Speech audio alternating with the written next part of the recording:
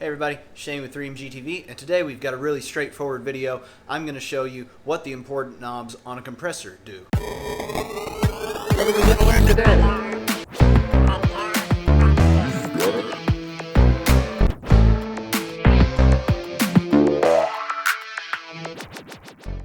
So we're going to talk about what the real important knobs that are on all compressors do, and that's going to be these right here that we're going to cover. A lot of them have some other knobs and features, but those can be specific to different sorts, but these are always going to be stuff that you deal with. So the first thing that you need to know is that much like your car where you put gas in and then stuff happens and then the wheels turn, audio equipment's the same way in that you have an input level, which is some number, and then stuff happens and you get an output level. Okay? So to start, you have an input, and the very first thing we get to is the threshold knob. What this does is it sets a level that once your input level reaches, the compression will begin, subject to what we set our other parameters to.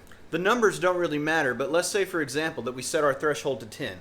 That means when our level goes up to 10, the rest of this will activate. Then we move on. Let's skip ratio for a second and go to attack. What happens on attack is measured in milliseconds usually, and it deals with once the threshold is hit, then after however much time you have this set to, the compression will then take effect. After that, you get the release, which means after the level drops below 10, it will continue to compress for X amount of time that you have this set for.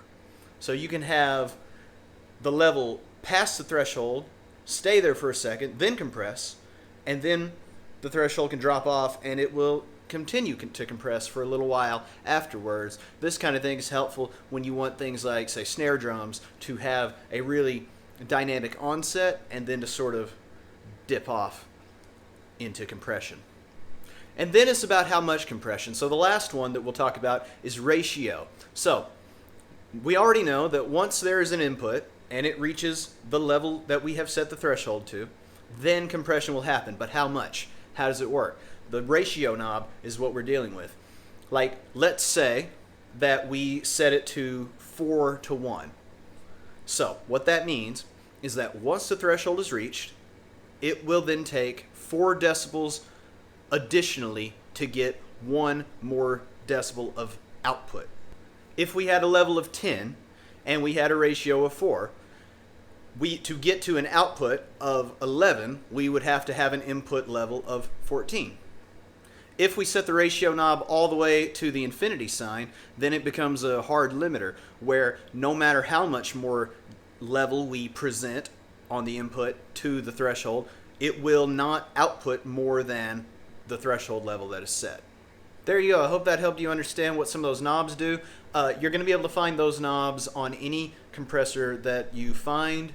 Well, it has knobs. I mean, if it's a single compression knob, then they sort of work that stuff out for you if you have that kind of thing on your soundboard. But as far as any sort of rack gear or pedals even, or software, then the game is going to be to go and find those knobs and then manipulate them, even if they're in different positions. If you need more help, get down in the comments and ask some questions, and I'll try to do some more videos and clear it up. Also, be sure to like and subscribe for more coming soon.